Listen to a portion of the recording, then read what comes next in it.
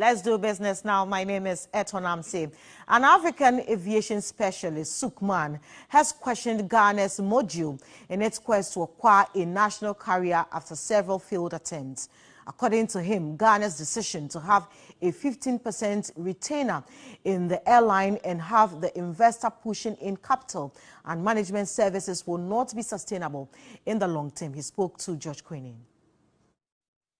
Government in 2018 engaged Ethiopian Airlines, in which the airline would have contributed funding, equity, aircraft and management services for a new national carrier. However, the deal was held back due to disagreement over key issues, including routes, funding and tenure of the management contract. Government has reconvened the Aviation Committee following a proposed strategy to establish a home-based carrier with Egypt Air. For African aviation specialist Sukman, Ghana's module in the acquisition of the national carrier is not sustainable. The conclusions we're drawing at this stage and from the information we have as to the model that they want to adopt, we think it will be very difficult to maintain that model. The government wants, I think, a 15% retainer in the airline, whilst the investor would bring in the capital and manage and run the airline. I think that's quite cumbersome, and I think that may hit some turbulence of its own long term.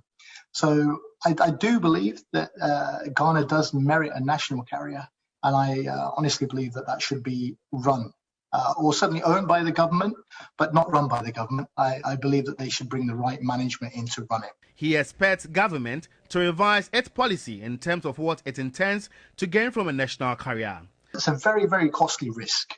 You're looking at millions, tens of millions of dollars to get aircraft in, just aircraft. We don't want a third repeat of history, which is why it has to be fully private, and then the shareholders and then the investors take the risk, or it has to be fully government owned, but the right way. Ghana is one of several African countries, including Uganda, Zambia, Senegal, that are reviving their national carriers. Ghana has been without a national carrier since the collapse of Ghana Airways in 2004 and subsequently Ghana International Airlines in 2010. The clamor among most industry players is that the new national carrier, beyond giving us some sort of national identity and pride, will also rake in the needed revenue to show up, for lack of better word, Ghana's ailing aviation industry. George Queenan, TV3 News, Kotoka International Airport, Accra.